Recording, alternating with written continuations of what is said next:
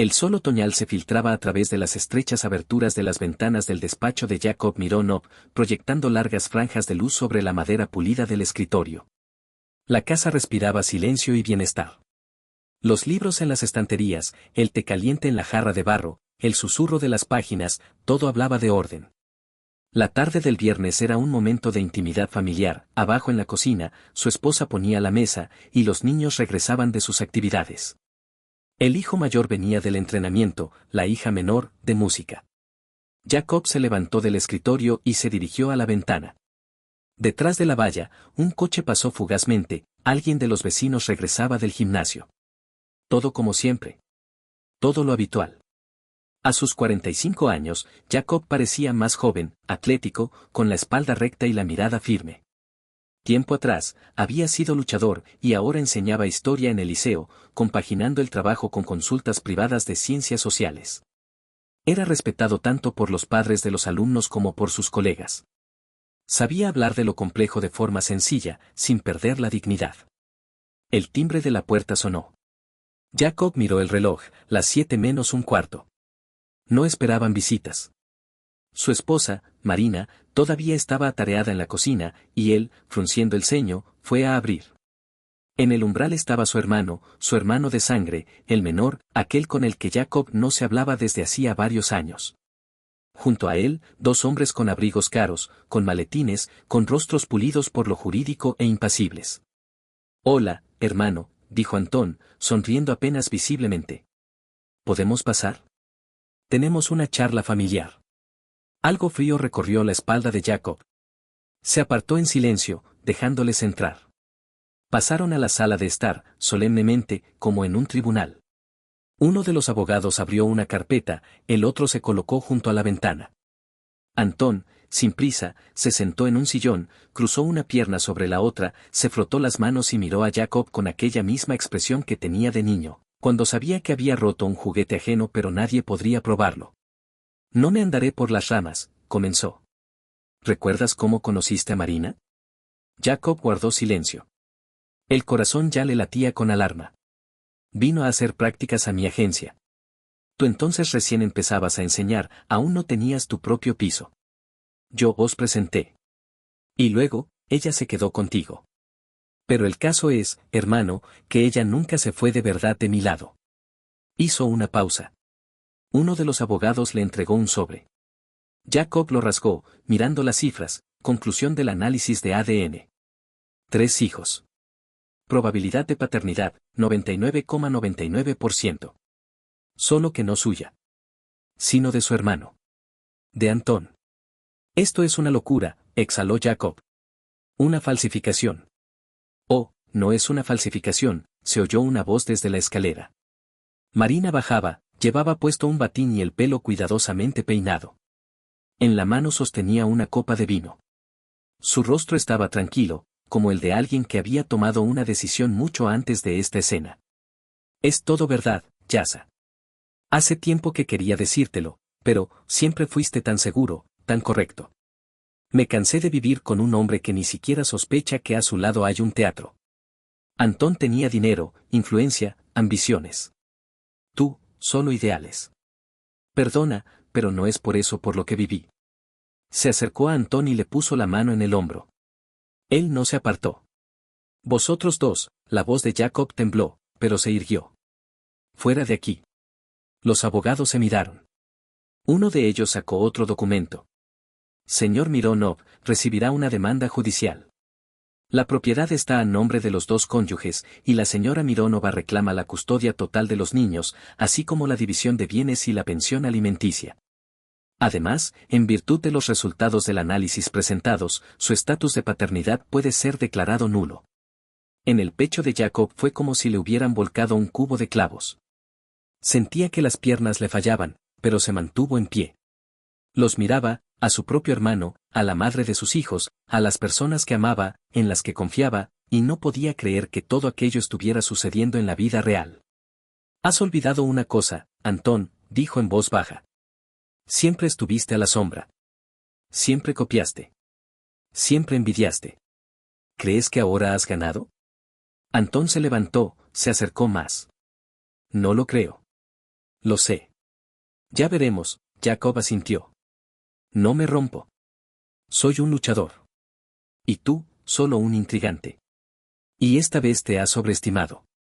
Se dio la vuelta y, sin mirarlos, señaló la puerta con la mano. Idos. Antes de que los niños vuelvan. No necesitan ver en lo que os habéis convertido. Marina quiso decir algo, pero Antón le apretó la mano. Se fueron como habían llegado, con contención y seguridad. Solo el perfume de Marina quedó en el aire, penetrante y extraño. Cuando la puerta se cerró tras ellos, Jacob se sentó al borde del sofá. Cerca, tirada, había una fotografía, la que estaba en la repisa de la chimenea, él, Marina, los niños. La cogió, pasó el dedo por el cristal, y luego la estampó contra el suelo con fuerza. El cristal se hizo añicos. Así se derrumbaba todo lo que él consideraba su vida. Pero dentro no había vacío. Ahí maduraba la rabia. Y una fría determinación. Bien, dijo en la habitación vacía. Entonces, habrá batalla. La mañana siguiente comenzó demasiado pronto. Jacob no había dormido. Se pasó toda la noche en el despacho, repasando documentos, intentando ordenar en su cabeza fragmentos de recuerdos, cada uno de los cuales ahora se teñía de un color diferente, falso, ajeno. Pero no se permitió ahogarse en el dolor. Sabía demasiado bien que si se rendía ahora, lo aplastarían. Lo primero que hizo fue llamar a su hermana, Katia. Era unos años mayor, viuda, estricta y directa, pero siempre lo defendía a capa y espada. Tras escuchar en silencio, solo dijo: Ven. Los niños se quedarán conmigo. Contigo no pueden estar por ahora. Estás en el epicentro. Defiéndete. Y luego, golpea. Jacob asintió, como si ella pudiera verlo. Eso era exactamente lo que pensaba hacer. Llevó a los niños a casa de su hermana. Abrazó a cada uno, les dijo que los quería. Ellos no sabían toda la verdad. Todavía no. Los mayores sentían que algo no iba bien, pero por ahora callaban. Y él no podía decirlo. No ahora. De regreso a casa, llamó a su amigo, Semyon Losev, abogado, con el que había trabajado juntos en Olimpiadas de Derecho Escolar. Este contestó de inmediato. Cuento contigo. No firmes nada. Envíame todo lo que te dieron. No fue solo una declaración, dijo Jacob. Fue un ataque. Con más razón. Significa que no nos defenderemos solos. Por la tarde, en la cocina oscura, Jacob se preparó un té fuerte. La mesa estaba bañada por los tenues rayos de la farola de la calle. Bebía despacio, pensando. Toda su historia, una farsa. Sus hijos, biológicamente no suyos. Su esposa lo traicionó. Su hermano lo engañó. Pero los niños eran suyos. La palabra papá que había escuchado durante 13 años no podía ser anulada por un certificado. Él los crió. Les enseñó. Los protegió de enfermedades, de heridas, de errores. Estuvo con ellos en festivales escolares, en hospitales, en reuniones de padres. Los acostaba, les acariciaba la cabeza cuando lloraban. Dijera lo que dijera un papel, eso era paternidad. A la mañana siguiente, Jacob fue a la vieja oficina del detective privado con el que había trabajado cuando preparaba proyectos de fin de estudios en la escuela. Ahí, detrás de los armarios con expedientes amarillentos, detrás de un enfriador de agua polvoriento, aún estaba sentado Piotr Ignatievich, canoso, siempre ceñudo, con ojos en los que vivían las calles. ¿Puedes reunir todo sobre ellos?, preguntó Jacob, entregándole una carpeta con nombres. ¿Por dinero o por conciencia? Por ambas razones. El detective mayor asintió. Empezaré por el hermano. Siempre fue escurridizo. Y luego la esposa. Busca grabaciones, correspondencia, cuentas, lo que sea. Todo lo que pueda demostrar cuánto tiempo llevaban planeándolo. 2 días después, Piotr llamó. Jacob Anatolievich. Estuviste bajo vigilancia muchos años. Tenías grabadoras en tu despacho. Acceso remoto. Grabaciones de conversaciones. Incluso capturas de pantalla. Todo se subía cuidadosamente a la nube. Acceso desde la misma IP, la agencia de la que es dueño tu hermano. Jacob cerró los ojos. ¿Cuántas veces se había abierto a Marina, hablando de planes, dinero, familia, inversiones? Y todo eso se grababa. ¿Y los niños? Según los documentos, todo está limpio. Pero, hay sospechas de que sus nombres figuraban en operaciones financieras. Tus fondos. Transferencias. Obtuvieron préstamos avalados por los ahorros de los niños. ¿Pusieron en peligro a los niños? Por ahora no es seguro. Pero hay pistas. Me pondré en contacto con una mujer, estuvo casada con un abogado. También fue víctima de las maquinaciones de tu hermano. Quizás no sois los primeros. Jacob colgó el teléfono y fue al baño. Se miró en el espejo largo rato. El rostro contraído, pero la mirada había cambiado. No enferma. Concentrada. Se cambió de ropa, sacó una memoria USB con archivos, encontró un portátil viejo, desconectado de la red, y empezó a recopilar todo lo que podía recordar, fechas, encuentros, conversaciones. Escribió a máquina casi hasta el amanecer. Era un plan. La gente empezó a evitar su casa. Los vecinos no sabían los detalles, pero los rumores corrieron. Algunos, sobre infidelidad, otros, sobre un escándalo. Él no se justificó. No contestó llamadas. No abrió puertas. Él cavaba hondo. Marina le enviaba mensajes, los niños te echan de menos, vamos a llegar a un acuerdo amistosamente, ¿no querrás traumatizar a los pequeños?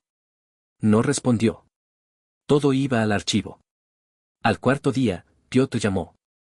Encontré a dos más. Mujeres. Sus maridos también perdieron todo, patrimonio, negocios, hijos. Uno de ellos se ahorcó. El segundo todavía está en tratamiento. ¿Y el hermano estaba implicado? Definitivamente. La misma forma de operar. Los mismos esquemas. La misma mujer, a veces con otro nombre. Pero la cara coincide. Jacob se sentó al borde del sofá y miró al techo. No fue solo una aventura. Fue un sistema. Lo tenían todo, tiempo, cálculo frío, disposición a aplastar. Pero ahora todo iba a ser diferente. Cogió el teléfono. Marcó un número. Semyon. Activa el modo fiscal. Ve más a fondo. Esto ya no es un proceso de divorcio. Esto es, crimen organizado. ¿Estás seguro? Soy maestro. Enseño a los niños que hay que luchar por la verdad. Es hora de que yo también me ponga frente a la pizarra. Una semana después. La mañana amaneció fría y húmeda, con un cielo grisáceo y el aliento viciado del invierno que se avecinaba. Jacob iba hacia el centro de la ciudad, donde lo esperaba Semyon. Habían quedado en un café cerca de la fiscalía, un lugar donde se podía hablar sin tensión, pero con total seriedad. Semyon estaba sentado junto a la ventana, bebía café solo y hojeaba papeles. Cuando Jacob se sentó enfrente, dejó todo a un lado y lo miró fijamente. Estamos en marcha. La fiscalía se ha interesado, especialmente después de que mostré las copias de los contratos de los fondos. Resultó que en varios casos las firmas están falsificadas. Esto ya es falsedad. Y con el negocio de tu hermano, eso ya es otra historia. Utilizó datos de tus proyectos para inversiones anticipadas. Hay motivos para sospechar de uso de información privilegiada. Jacob asintió. Siempre estuvo cerca. Siempre escuchaba. Creía que simplemente le interesaba. Llevaban años preparando esto, Yasa. Y ahora tenemos dos caminos, presentar una contrademanda y defenderlo todo en el ámbito civil. O ir por la vía penal. Dados los, insisto en lo segundo. No quiero venganza, dijo Jacob en voz baja. Quiero que esto no vuelva a suceder. A nadie. Esa es la verdadera venganza. Justicia pública. Y la protección de los niños. Le entregó a Jacob una carpeta. Dentro había fotografías, extractos de cuentas, fragmentos de correspondencia. Todo, como disparos. Sin emociones, solo hechos. El golpe fue dado con precisión. Al día siguiente, en el despacho del investigador, Jacob estaba sentado frente a un capitán de paisano. En la pared colgaba un retrato. Sobre la mesa, documentos cuidadosamente ordenados. El investigador leía en silencio. Pasaba las páginas. Escribía. Esto es grave, dijo finalmente. Aquí no son solo peleas familiares. Esto es, un grupo de personas de común acuerdo previo. Especialmente si se confirma la historia del uso de datos del área personal. Estoy dispuesto a testificar. Ya lo ha hecho. Ahora incluimos sus documentos en el expediente. Y nosotros mismos nos encargaremos de la verificación. ¿Cuánto puede confiarnos? Todo. No me queda nada más que los niños. El investigador lo miró con respeto. Precisamente por eso los recuperará. Esa misma tarde, llegó una carta de Marina. En papel. Escrita claramente no por ella, el estilo es oficial, con insinuaciones de reconciliación y amenazas al mismo tiempo. En relación con el prolongado conflicto, expreso mi disposición a un diálogo constructivo. Jacob leyó la carta y la guardó en la carpeta con otras pruebas. Los enemigos que tienen miedo, empiezan a elegir el tono. 3 días después, en su piso temporal, se reunieron todos los que ahora formaban su equipo, Semyon, Piotr, la asistente del fiscal Olga y el joven experto en datos digitales, Maxim, amigo de un antiguo alumno suyo. En la cocina hervía la tetera, sobre la mesa había documentos, impresiones y portátiles. Aquí, dijo Maxim, desplegando la pantalla. Su correspondencia. Más allá de esto, no hay más pruebas. Discutían cómo ganarse tu confianza mediante engaño, convencerte de poner la casa a su nombre, utilizar a los niños. Todos los correos han sido recuperados de un almacén cifrado, al que se accedió desde un único dispositivo, el teléfono de tu esposa. ¿Qué pasa con los fondos? Preguntó Piotr. El dinero ha sido retirado. Las transferencias se realizaron a través de varias cuentas offshore. Pero hemos rastreado una parte. Aquí están los documentos. Semyon repasó las hojas. Con estos datos se puede iniciar el proceso judicial ya mismo. ¿Y los niños? Preguntó Jacob. ¿Cómo no implicarlos? Solo están involucrados indirectamente. Nos aseguraremos de que no los llamen a declarar. Que sea nuestra guerra, dijo Semyon. Jacob asintió en silencio. Sentía que por dentro todo se había vuelto claro, ordenado. El dolor retrocedió, dejando paso al cálculo. Todo tenía que estar medido. No por él. Por la verdad. Una semana después, en el juzgado municipal, se presentaron de inmediato 3 demandas, sobre la declaración de nulidad de los contratos, sobre la prohibición de disponer de los fondos de los niños, y una solicitud para iniciar un proceso penal por delito de fraude. Paralelamente, la Fiscalía remitió los materiales a la Unidad de Delitos Económicos.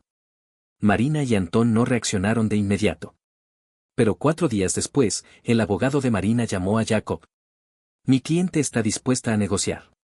Sin juicio. Amistosamente. Demasiado tarde, respondió Jacob. Y demasiado tonto. Habéis pisado donde no debíais. Y ahora tendréis que responder. Colgó el teléfono y lo apagó. En la pantalla parpadeaba un mensaje de su hija: papá, te echo de menos. ¿Cuándo vienes? Se apretó el teléfono contra el pecho, cerró los ojos y respiró hondo. Pronto, cariño. Pronto. No esperaban que él llegara hasta el final. Pensaban que se cansaría, se rompería, se enredaría en los papeles, lloraría en público, y todo quedaría en nada. Estaban acostumbrados a otro Jacob, bueno, honesto, sin conflictos. Pero este Jacob, frío, sereno, concentrado. No lo conocían. Y precisamente él se convirtió en su sentencia.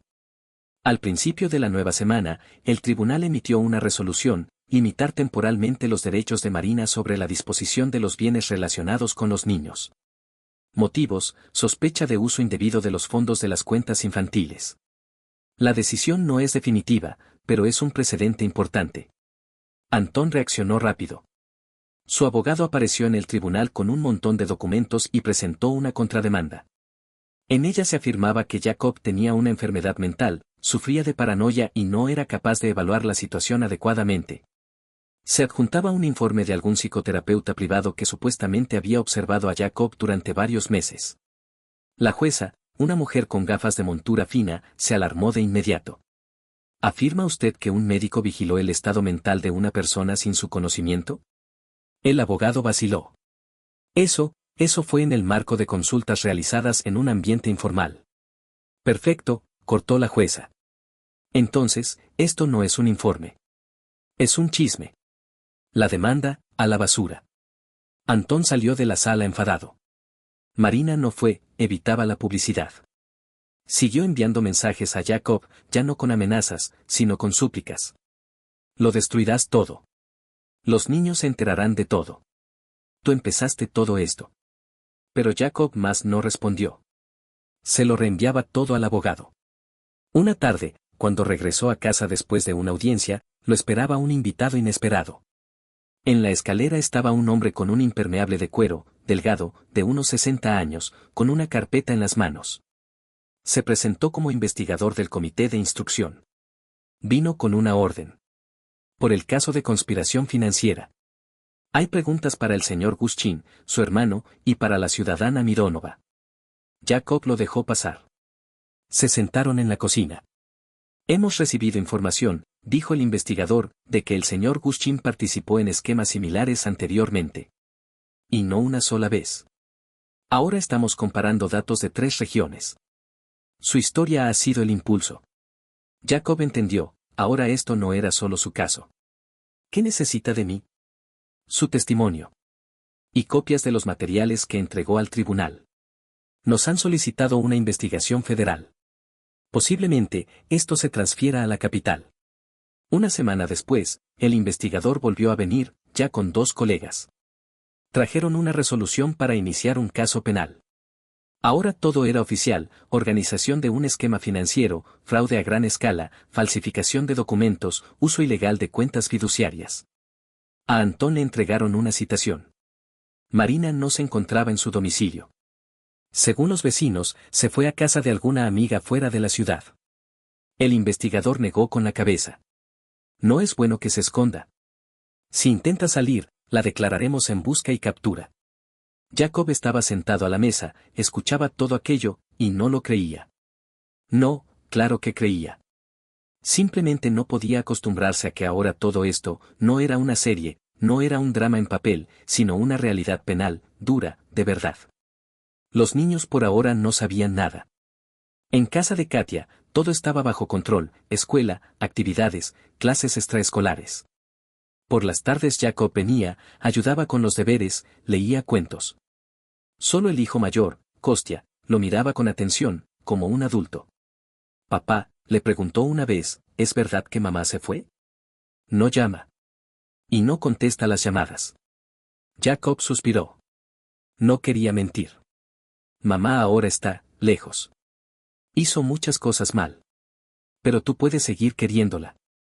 Simplemente a veces los adultos se equivocan. Mucho. Incluso de forma irreparable. ¿Y ella nos quiere? Jacob guardó silencio. Luego asintió. Creo que, a su manera, sí. ¿Y tú? Claro que os quiero. Kostya lo abrazó, fuerte, en silencio, como solo los niños saben abrazar cuando sienten que papá está mal. En la 4ª semana de investigación, Piotr Ignatievich trajo una memoria USB. En ella, una grabación. Una conversación entre Marina y Antón. En un café. Estaban seguros de que estaban solos. Discutían el esquema, cómo transferir la propiedad, cómo presentar la contrademanda, cómo alargar el proceso, cómo usar a los niños para ejercer presión. Él no podrá, decía Marina. Es bueno. Es profesor. Tiene conciencia. Y nosotros, tenemos abogados. Él piensa que el amor a los niños le ayudará, se reía Antón. Y yo sé desde hace tiempo, el amor, es una debilidad. Jacob vio la grabación hasta el final. Luego apagó la pantalla. Respiró hondo. No, hermano. El amor, es una fuerza. Y tú lo sabrás. A la mañana, 2 días después de obtener la grabación, Jacob estaba en el pasillo del comité de investigación. En las manos, una carpeta con una copia de la memoria USB y una solicitud para incluir nuevos materiales en el expediente. La secretaria, al verlo, se levantó rápido. Pase. Le esperan. En el despacho, el mismo investigador, ahora con el fiscal. Ambos miraban en silencio como Jacob ponía los documentos sobre la mesa. Luego insertó la memoria USB y pulsó reproducir. La habitación se llenó con las voces de su esposa y su hermano, familiares hasta el dolor, ahora extrañas hasta la repulsión. A las palabras es bueno. Es profesor. Tiene conciencia, el fiscal se tensó. Al finalizar la grabación, el silencio en el despacho se hizo absoluto. Todo, dijo Jacob, guardando la memoria USB de nuevo en su estuche. Ya no tengo dudas. Y ya no quiero ser bueno. El fiscal asintió. La próxima semana presentaremos cargos contra ambos. Esto ya es un grupo organizado. Conspiración. Daños, a gran escala. Esperamos que esté preparado para un juicio público. Estuve preparado desde el primer día. El lunes por la noche, recibió una llamada de Katia. Jacob. Ella vino. Aquí. Directo a la puerta. Se levantó bruscamente. ¿Los niños la vieron? Solo Kostya. Llegué a tiempo. Está dentro, todo bajo control. Pero ella gritaba, tocaba el timbre, lanzaba amenazas y suplicaba. No abras. No hables. Llego ahora mismo. Cuando Jacob llegó, Marina ya se había ido. Katia lo recibió en el umbral con una nota apretada en la mano. Has ganado. Pero has perdido a los niños. Sabrán que destruiste a su madre. Y eso vivirá con ellos para siempre. Jacob cogió el papel en silencio, lo dobló en 4 y se lo guardó en el bolsillo. Jacob, dijo Katia. Lo estás haciendo bien. No dejes que esas palabras te afecten. Él asintió. Pero por dentro volvió a moverse el dolor. Aunque sabía que todo era mentira, las palabras dolían. No porque creyera, sino porque sabía, los niños realmente recordarían. En el juicio, detuvieron a Marina justo en la puerta. Había venido con la intención de hablar, pero en la sala ya la esperaba una orden de arresto. A Antón lo detuvieron un día después, al intentar ir a otra región en un coche de alquiler. Llevaba consigo 2 teléfonos móviles, 3 tarjetas bancarias a nombres ajenos y una memoria USB con copias de los documentos de Jacob. Comenzó la investigación. Los investigadores trabajaron rápido. Los materiales se reunían uno tras otro. 3 semanas después, en el edificio del Tribunal Regional, comenzó la etapa preliminar del proceso. En la entrada, Jacob se encontró con la mirada de Marina. Había cambiado, el maquillaje había desaparecido, el pelo recogido en un moño apretado, la mirada dura, pero algo temblaba en ella. Bajó los ojos, sin soportar su mirada. Antón se comportaba de otra manera, con seguridad, con una sonrisa descarada, como si todo lo que estaba ocurriendo fuera una farsa. Le guiñó un ojo a Jacob, pasó de largo, dejando tras de sí el olor a colonia cara. Solo el abogado de Antón, encogiéndose, lo seguía, sin levantar la cabeza. En la sala había silencio. La jueza apareció sin ceremonias innecesarias. Comenzó. Señor Mironov, preguntó la jueza al tercer día de las audiencias, ¿insiste usted en que no reclamará indemnización por daño moral? Sí, su señoría. Es bastante inusual. Jacob se levantó. No he venido por dinero. He venido por la verdad. Que ellos respondan. Según la ley. Y los niños, que crezcan sabiendo que su padre no se traicionó a sí mismo ni a ellos. Marina, sentada enfrente, se movió. Inclinó la cabeza, como si algo se hubiera roto. No en el sentido teatral, de verdad. De repente dejó de fingir. No se echó a llorar. Simplemente se quedó callada. Una semana después, los expertos comenzaron a testificar. El tribunal escuchó a representantes del control financiero, expertos en seguridad informática, testigos de parte de Jacob, víctimas de otras regiones. El cuadro que se pintaba era aterrador, un sistema de muchos años, en el que se utilizaban vínculos familiares, niños, manipulaciones y proximidad profesional. Daños, por millones. Consecuencias, familias destrozadas, niños traumatizados. Antón seguía manteniéndose firme. Incluso intentaba sonreír. Pero cuando en la sala leyeron la grabación de su conversación con Marina, aquella, del café, se quedó inmóvil. Luego miró a la jueza y por primera vez apartó la vista. Marina estaba sentada en silencio, con las manos entrelazadas. El rostro, blanco, los labios apretados. Jacob no los miraba. Miraba al jurado. En la sexta semana del proceso, los niños escribieron una carta. No era un documento oficial. Pero la leyeron en el tribunal. No sabemos quién figura en nuestro pasaporte en el apartado de padre. Pero sabemos exactamente quién nos curó la fiebre, a quien pedimos ayuda, quien nos enseñó a montar en bicicleta y a quien escribíamos notas para el colegio cuando estábamos enfermos. Ese es nuestro papá. Y no queremos que lo llamen no papá porque no tiene nuestra sangre. Él está en nuestro corazón. La carta la leyó la jueza. Luego guardó silencio un instante, se quitó las gafas y solo dijo: lo adjunto al expediente. Y pido a todos que guarden silencio. En la sala había un silencio sepulcral. Incluso los periodistas guardaron silencio. Jacob estaba sentado inmóvil. Solo tenía los ojos húmedos. Él ya sabía, sin importar cómo terminara el juicio, él había ganado. La sentencia fue leída en un cálido día de otoño. La sala del tribunal estaba llena, periodistas, defensores de derechos humanos, varias exvíctimas de Anton Alexandrovich Kushkin de otras regiones.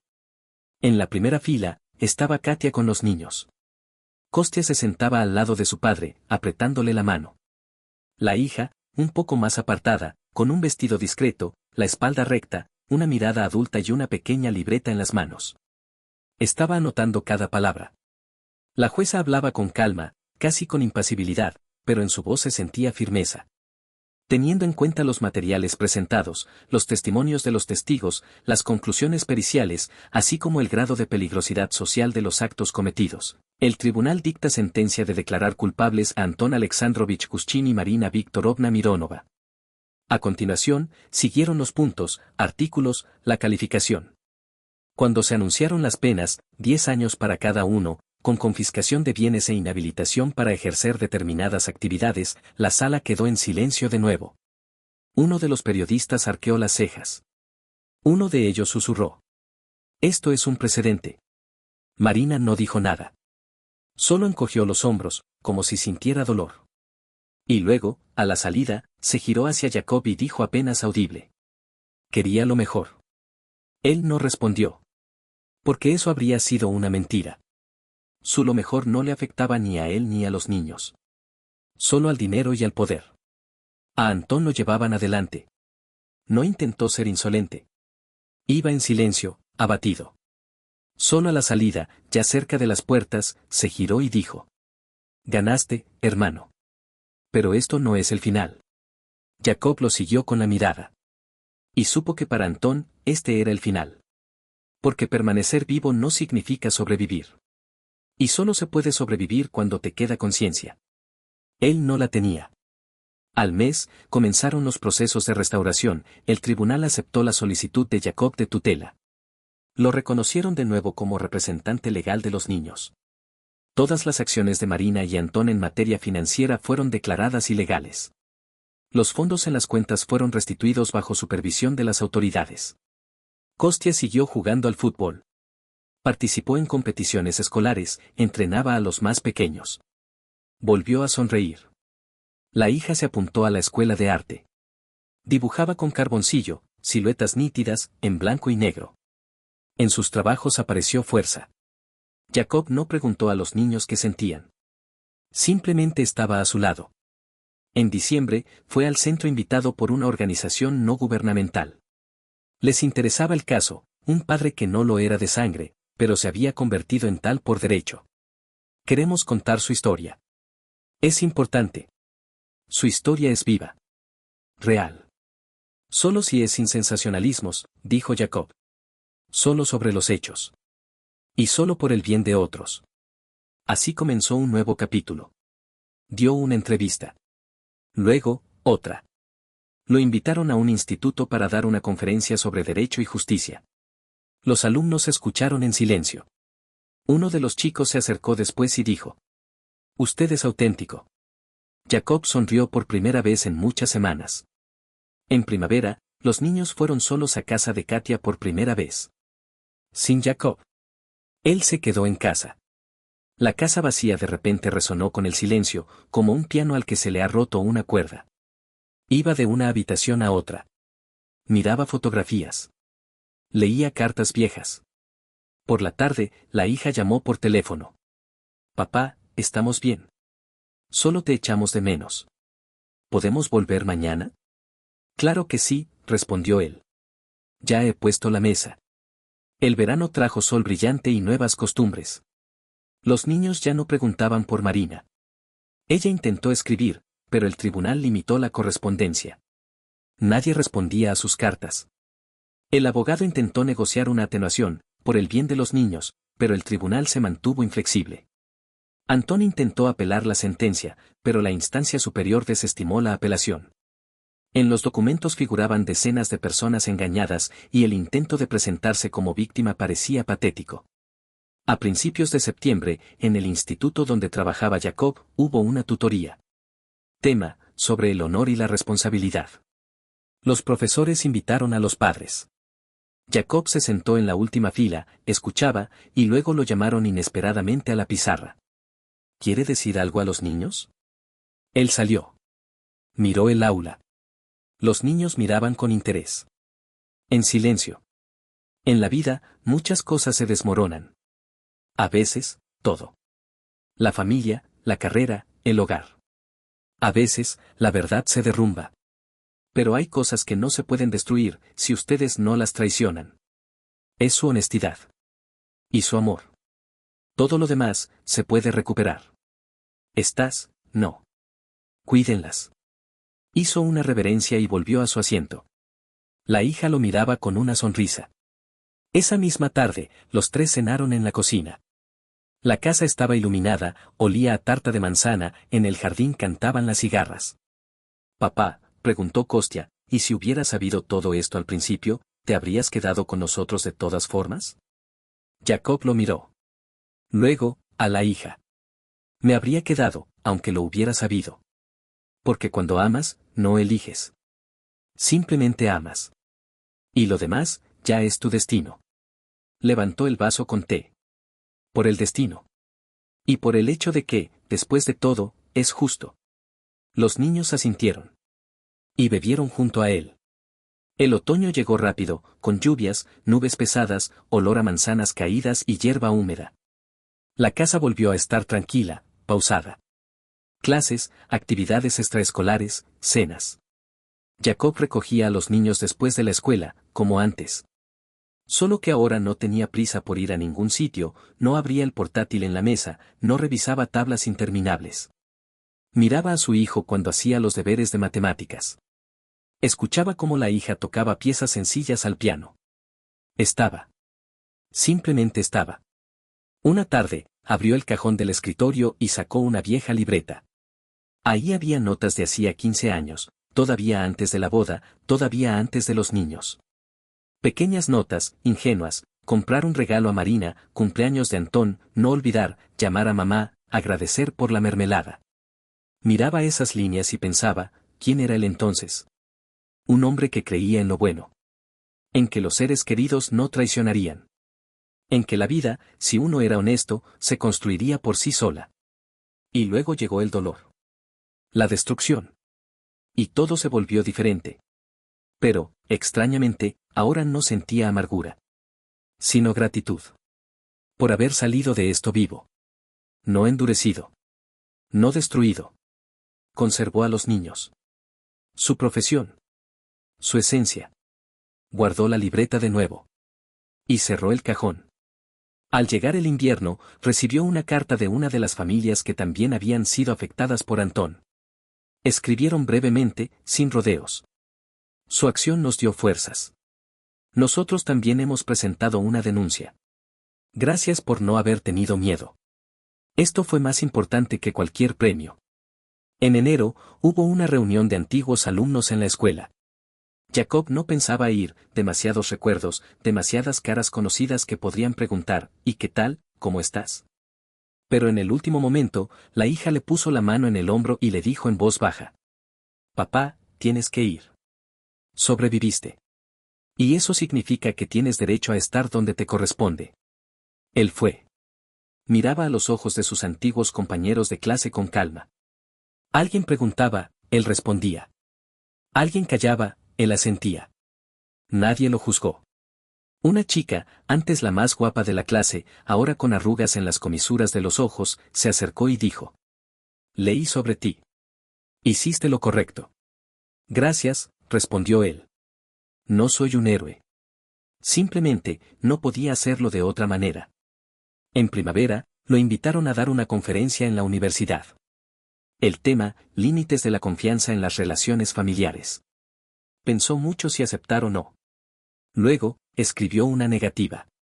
Y 2 días después, envió otra carta, una aceptación. Fue. Salió ante los estudiantes. Empezó a hablar.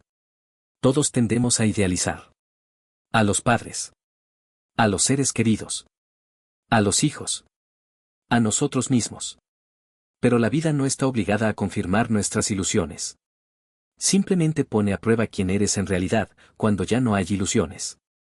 Después de la conferencia, se le acercó un chico, de unos 20 años. Mi madre se divorció cuando supo que el padre no era su padre. Y yo, sigo con él de todas formas. Porque él es mi papá. Y no sabía cómo explicarlo. Gracias a usted. Ahora lo sé. Jacob le estrechó la mano. Y comprendió, precisamente por palabras como esas, todo esto valió la pena pasarlo. En verano, Kostya ingresó en la universidad. En Derecho. ¿No tienes miedo? Preguntó Jacob con una sonrisa. No, respondió él. Simplemente quiero saber cómo defender. Para saber hacerlo, si es necesario. La hija terminó la escuela de música con matrícula de honor. Recibió una beca. Se preparaba para entrar en el conservatorio. ¿No tienes miedo de decepcionarte? Preguntó Jacob. No, respondió ella. Sé escuchar. Incluso el dolor. Y de él nace la música. El día en que llegó la carta sobre el rechazo completo de la apelación de Antón, Jacob estaba en el jardín. Cavaba la tierra para nuevos arbustos de grosella. La hija trajo el sobre. ¿Es del tribunal? Sí. Lo abrió. Lo leyó. Se quedó en silencio. Luego, arrugó el papel y lo tiró a la hoguera, donde ardían lentamente ramas viejas. El papel prendió, desapareció. Ya está, dijo él. El final. Sí, asintió la hija. Ahora se puede vivir. Por la tarde, él y los niños cenaron en el porche. Katia vino, como siempre con repostería casera. La casa estaba luminosa, olía a té y a manzanas. Kostya sacó el viejo álbum familiar. La hija apoyó las palmas bajo la barbilla y miró la primera página. ¿Recuerdas, papá, cómo dijiste, ustedes son mis hijos, y punto? Recuerdo. Y nosotros entonces no respondimos. Lo diré ahora. Se levantó. Se acercó a su padre. Lo abrazó. Y tú eres nuestro papá. Y punto. El otoño aquel año se mantuvo más tiempo de lo habitual. La hierba marchita no tenía prisa en desaparecer bajo la nieve y el cielo colgaba bajo y apagado, como si también estuviera cansado de las tormentas. En la casa de Mironov, todo se volvió pausado, como si la vida misma hubiera decidido regular su respiración después de una larga carrera. Pero la calma resultó ser engañosa. Uno de los días de noviembre llegó una notificación: Marina había solicitado la libertad anticipada por motivos de salud. Semyon, al saberlo, llamó a Jacob primero. Prepárate. El tribunal puede convocarte para testificar. Su abogado ya está haciendo hincapié en el arrepentimiento y la necesidad de contacto con los niños. Jacob guardó silencio al teléfono. Luego, preguntó. ¿Los niños lo saben? Todavía no. Puedo presentar una moción para una audiencia a puerta cerrada. Esto no cambiará la esencia, pero puede protegerlos del ruido innecesario. Hazlo. Cuando Jacob llegó al tribunal, en el banquillo de los acusados no estaba Marina, sino su fantasma. El rostro hundido, los ojos hundidos, los labios secos. Pero en esa imagen no había enfermedad, sino un papel, cuidadosamente calculado, precisamente actuado ante el espectador adecuado. El juez, un hombre de mediana edad con una mirada pesada y la costumbre de golpear la mesa con el dedo, examinó los papeles y levantó la cabeza. Mironov Jacob Anatolievich. Usted fue reconocido como perjudicado en este caso. El tribunal desearía escuchar su opinión sobre la moción. Jacob se levantó. Sin prisa, se acercó al micrófono. Su señoría. No albergo odio. No deseo el mal. Pero no permitiré que, bajo el pretexto de enfermedad, una persona que destruyó las vidas de 3 niños salga y vuelva a ser un factor en su destino. No deben tener miedo. No deben revisar el buzón esperando otra carta. No deben pensar que la mentira queda impune. Por lo tanto, estoy en contra. Marina no levantó los ojos. El abogado intentó objetar, pero el juez hizo un gesto para desestimarlo. Una semana después llegó la decisión, de negar la libertad anticipada. En invierno, la hija recibió una invitación para participar en un concurso de jóvenes músicos. Ensambla cada día, a veces hasta muy tarde por la noche. Jacob se sentaba en la habitación de al lado, leía o revisaba viejos cuadernos. No molestaba, no intervenía, pero estaba a su lado. El día de la actuación, se puso el traje que antes usaba para las reuniones de padres. Aquel mismo con el que recibió a Marina después del parto. Entonces pensaba que empezaba el capítulo más feliz de su vida. Ahora sabía, el verdadero capítulo comenzó después, cuando tuvo que reconstruirse a sí mismo. El concurso tuvo lugar en la filarmónica local. Una sala pequeña, un programa de cámara, pero todo, real. La hija salió bajo la luz de los focos, se sentó al piano. En la sala reinó el silencio. Los primeros acordes, y Jacob sintió como algo cálido se le encogía por dentro. La música no fue perfecta. En algún punto, los dedos temblaron, en algún otro, la nota se tocó demasiado bruscamente. Pero en esa imperfección había algo vivo, auténtico, como la vida misma. En los últimos compases, levantó los ojos y miró a la sala. Y, al ver a su padre, sonrió, rápido, apenas perceptible, como solo lo hacen los niños que tienen un punto de apoyo. Después de la actuación, la abrazó entre bastidores. Hoy no solo tocaste las notas, dijo él. Te tocaste a ti misma. Te toqué a ti, papá.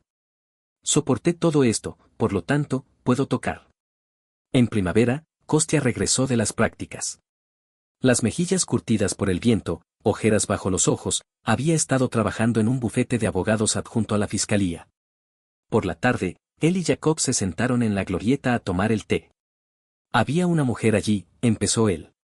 Vino porque su marido había solicitado créditos a nombre de los niños.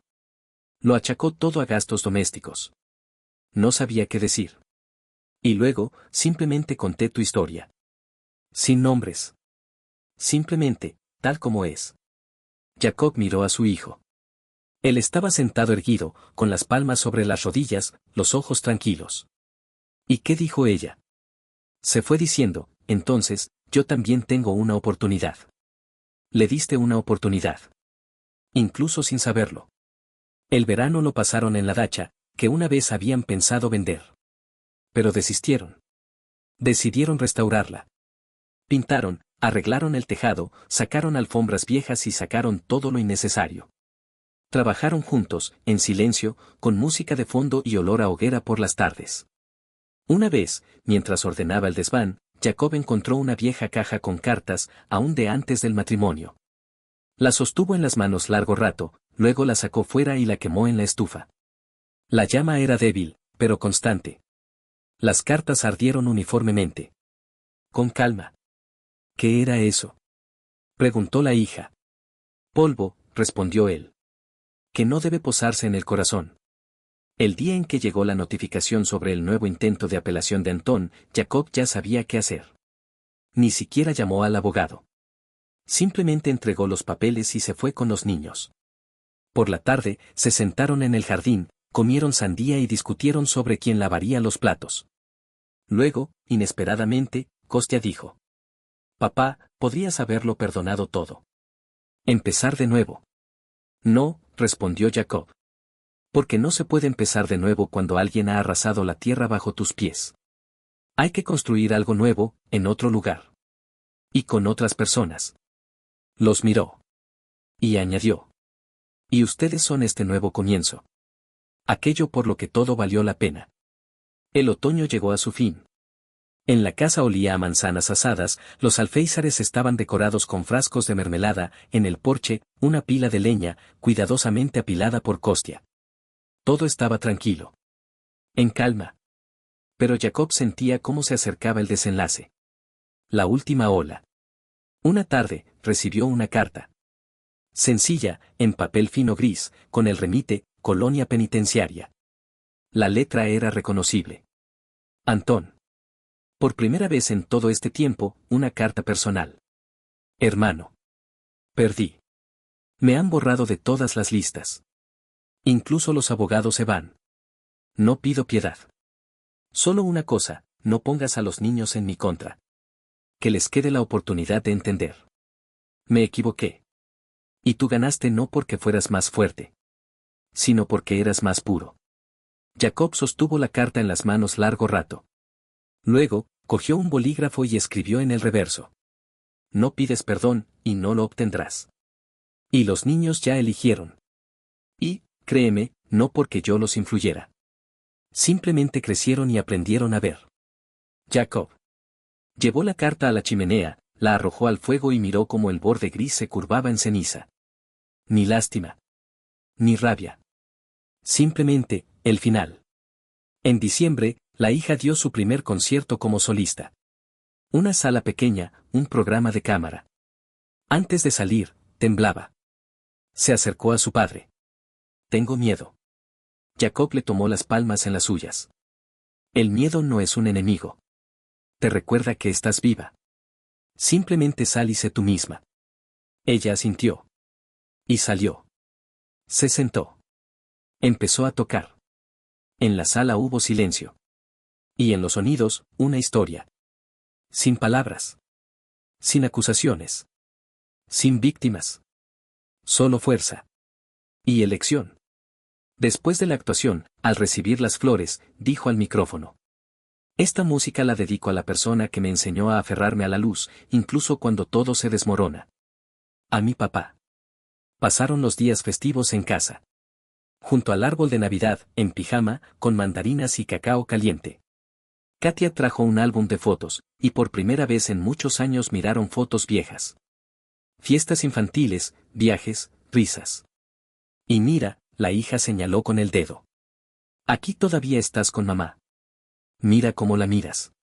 Sí, respondió Jacob con calma. Entonces creía que todo esto era para siempre. ¿Y sabes qué? ¿Qué? No me arrepiento. Porque si no hubiera sido por aquello de entonces, ustedes no existirían. En primavera, lo invitaron a ser invitado en una reunión de padres, como un padre que había atravesado una crisis y no se había roto. Él se negó. Pero más tarde, finalmente fue, no como un héroe, sino como un hombre que simplemente tenía experiencia. Dijo. Nadie está a salvo de la traición. Puede venir de la habitación más cercana. Pero lo importante es qué haces con ella. Puedes quemarte, o volverte más cálido. No para quien te traicionó, sino para quienes están a tu lado. En la sala hubo silencio. Y después, se le acercó una madre, desconcertada, con los ojos enrojecidos. Antes lo juzgaba a usted. Y ahora, simplemente gracias por no haberse rendido. Eso significa que yo tampoco tengo que rendirme. El verano se volvió real. Sin preocupaciones. Sin mirar atrás. Fueron al mar. Alquilaron una casa vieja con porche y olor a pino. Se bañaron, tomaron el sol, comieron comida sencilla. Los niños se reían. Y una vez, por la tarde, cuando el sol se ponía tras la línea del agua, la hija dijo. ¿Sabes, papá, ahora entiendo por qué no te rompiste? ¿Por qué? Porque en ti todo era auténtico. Incluso el dolor. El día en que se cumplieron 10 años desde aquella tarde en que Jacob le abrió la puerta a su hermano, se despertó antes de lo habitual. Tomó café en el porche, contemplando el jardín. Todo alrededor era diferente, pero al mismo tiempo, lo mismo. La vida había regresado. Lenta. Obstinada. Exacta. Entró en la habitación donde una vez todo se derrumbó. Ahora aquí había libros, un escritorio, fotografías. En una, Kostia, con el diploma en las manos. En otra, la hija al piano. Al lado, Katia, en los brazos de sus nietos. En la pared, una inscripción tallada en madera. Palabras que él mismo eligió. Lo auténtico es aquello que soportó el dolor. La miró. Y, finalmente, se permitió sonreír.